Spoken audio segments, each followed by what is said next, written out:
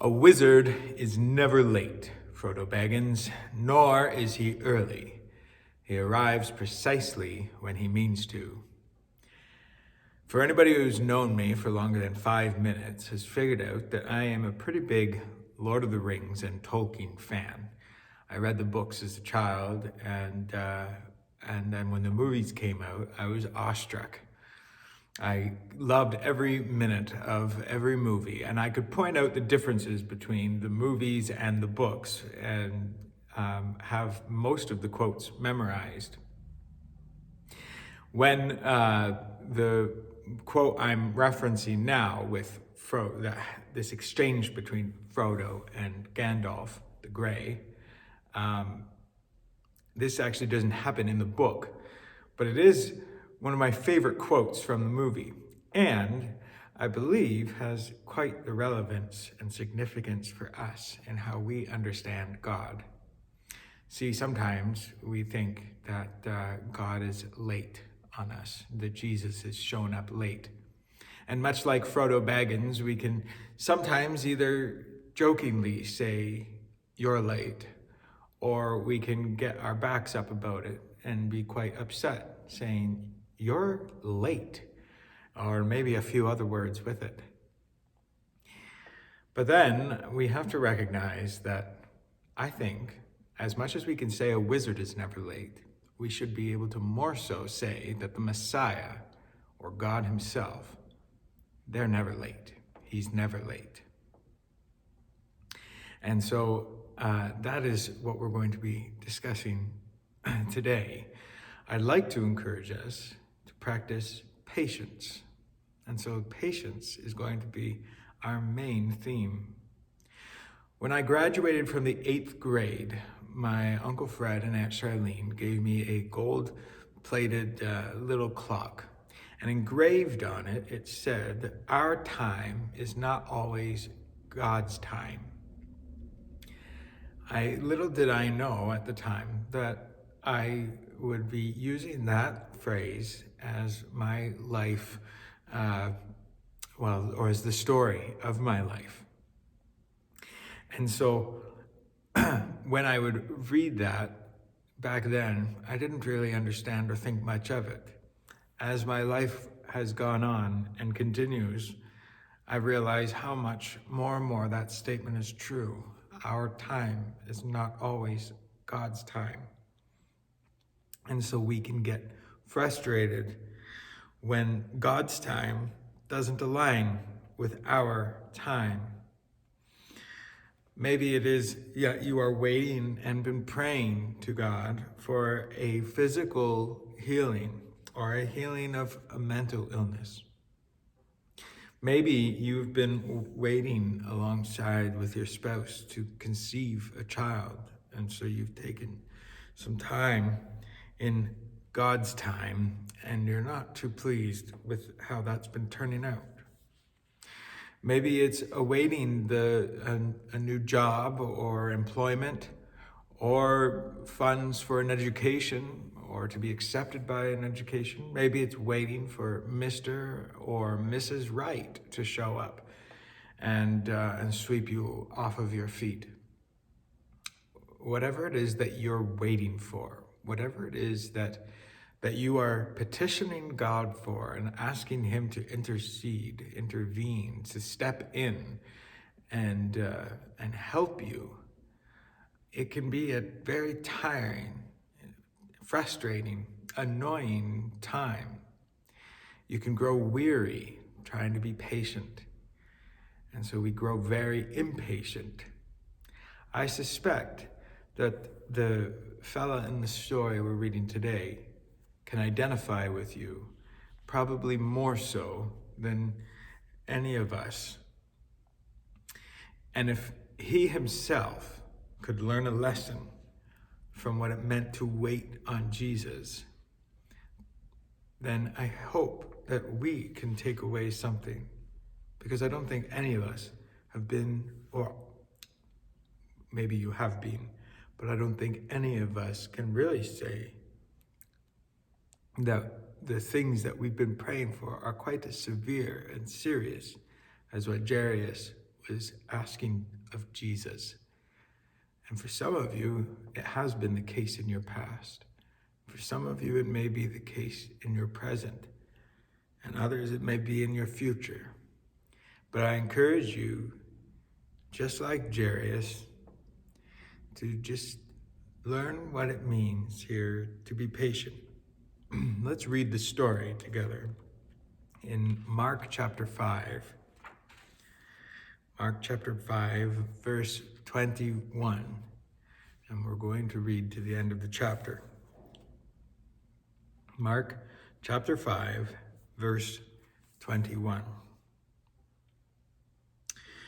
And when Jesus had crossed again in the boat to the other side, a great crowd gathered about him, and he was beside the sea.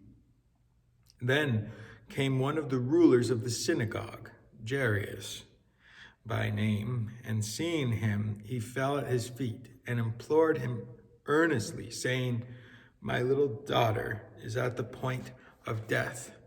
Come and lay your hands on her, so that she may be made well and live."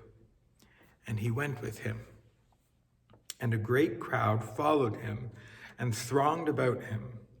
And there was a woman who had a discharge of blood for 12 years, and who had suffered much under many physicians, and had spent all that she had, and was no better, but rather grew worse. She had heard the reports about Jesus, and came up behind him in the crowd, and touched his garment.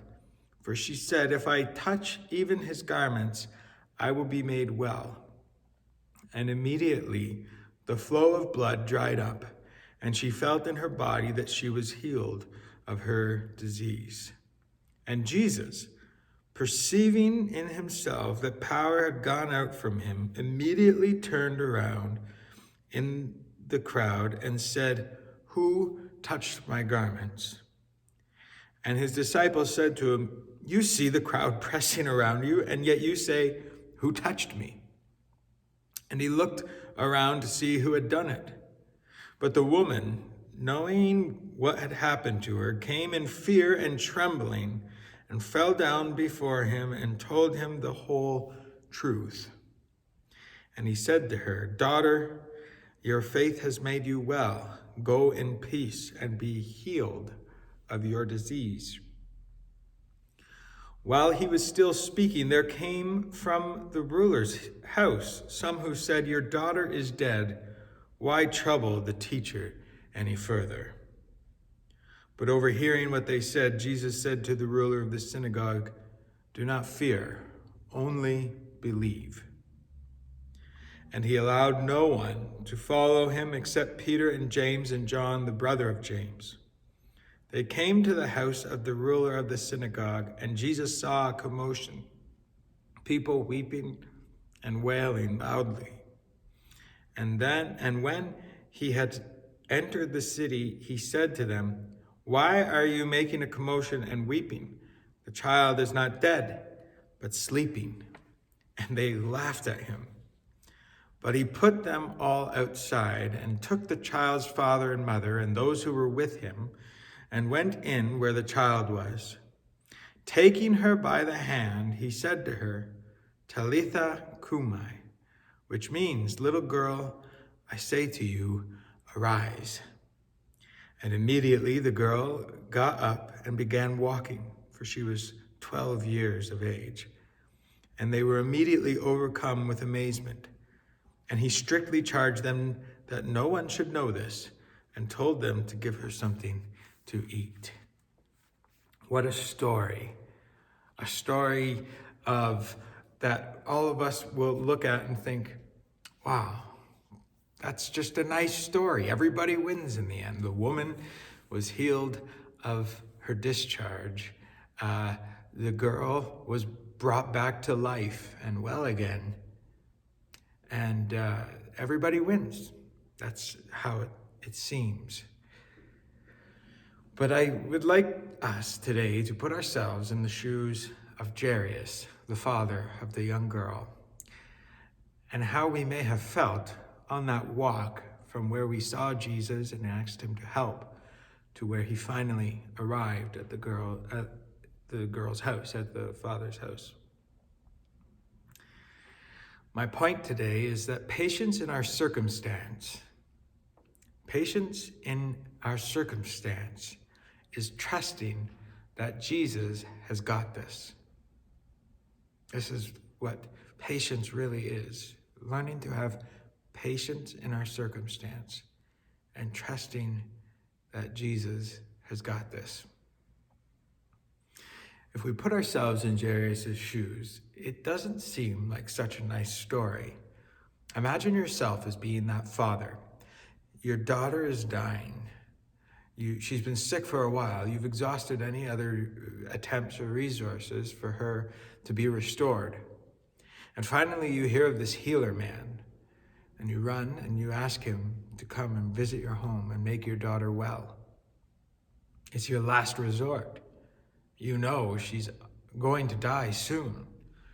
You should be there for her last moments, but instead, in one final push to see her well again, you run in desperation to find Jesus and then try to rush back in time before your daughter has died.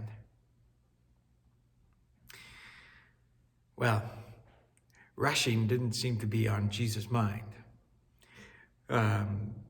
Actually, I think there's another Lord of the Rings quote, as I think too, but where he says, "Don't be hasty." This sounds like something as well for Jesus to say. Don't be hasty. Don't get in a hurry. Just trust in him. Rest in him. And Jairus is rushing, trying to get Jesus to move along and hurry up before his daughter dies.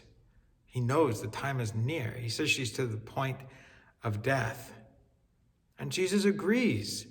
What relief must have struck him to know that Jesus had agreed to come and see his daughter. Hope reignited in him to go and see his daughter restored. And as they're walking along, somebody touches the hem of Jesus' robes. This crowd, they're pushing through. Jairus maybe even knocking people out of the way or yelling, "Move, move, move," telling them to get out of the way so that they can go back to his home to see his daughter. And this crowd, this woman touches Jesus and she's healed. The word immediately is used twice here. Immediately, she knew within herself that she was healed. And immediately, Jesus knew within himself, power had left him to heal her or to heal someone. So immediately, she was healed, and Jesus' power he seemed to feel that power drain from him. And so he turns and he starts asking the questions. Who touched me? Imagine Jairus running ahead.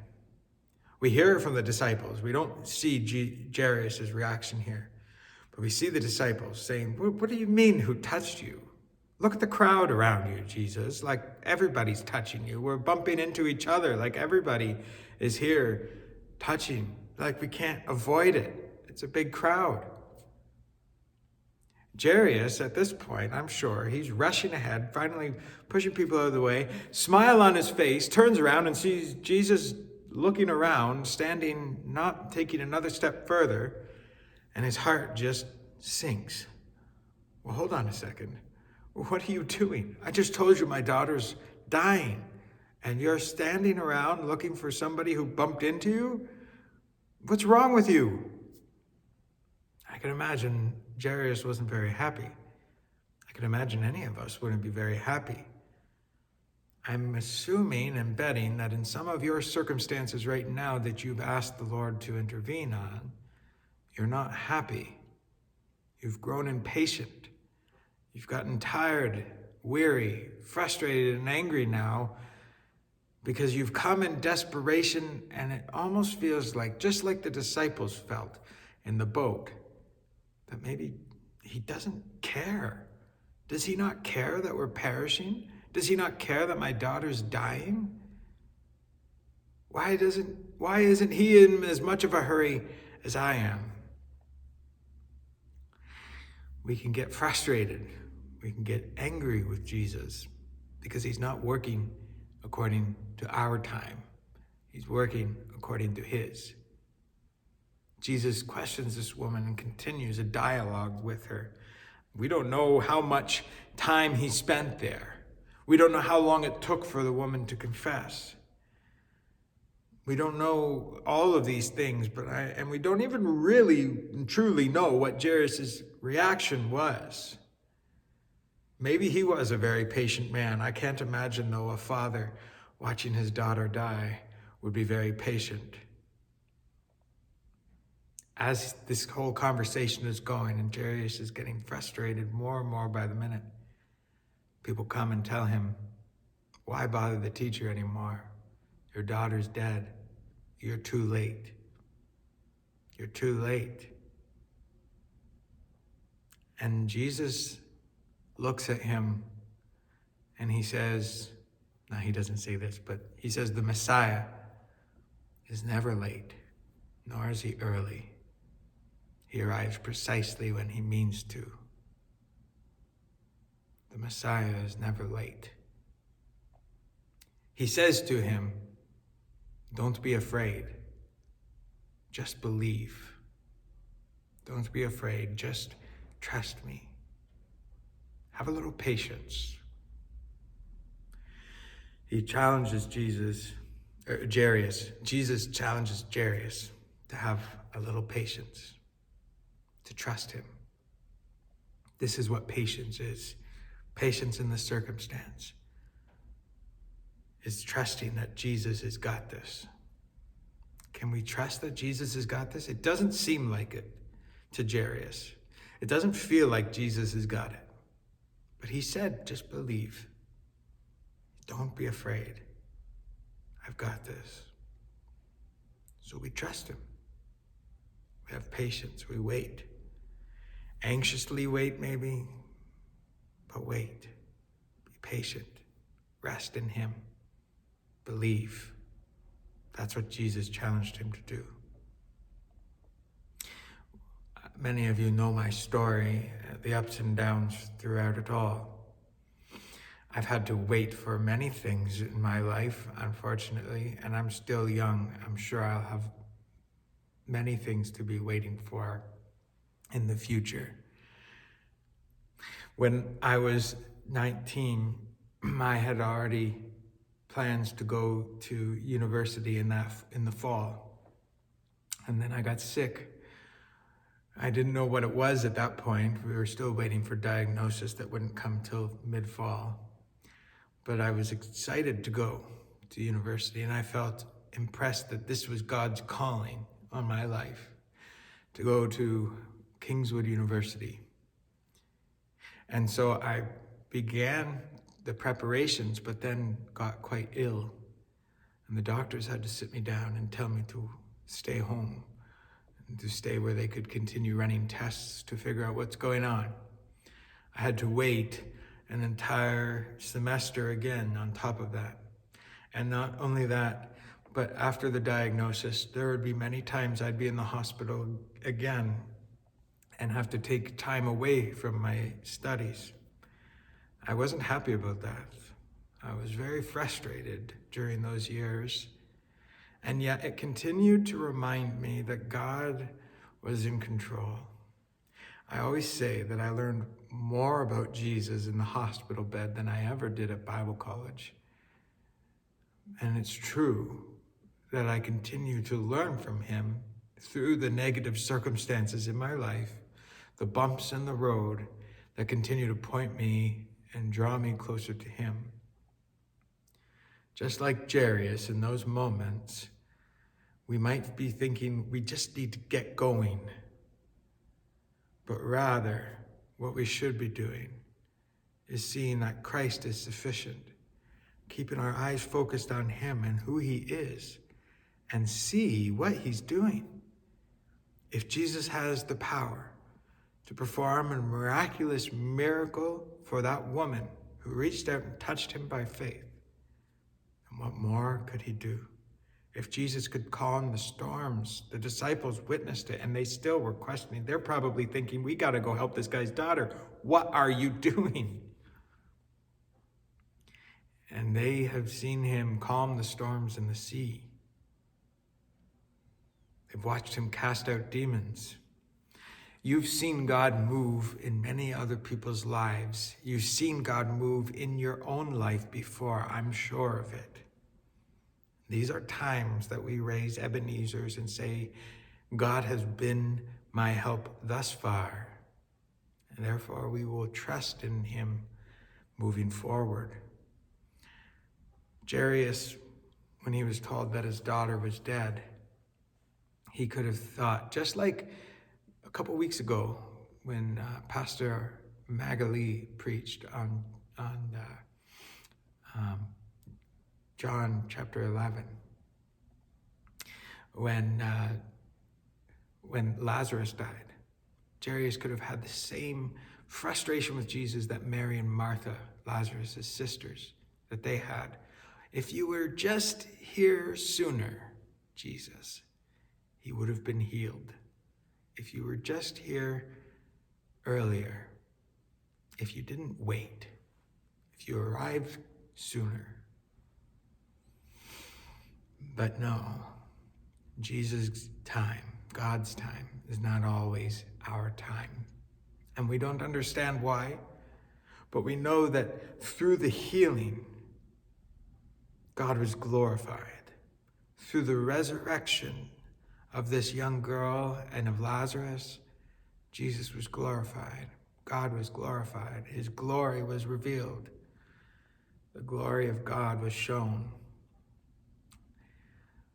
As Pastor Magali shared, in what ways is God trying to display his glory in your life?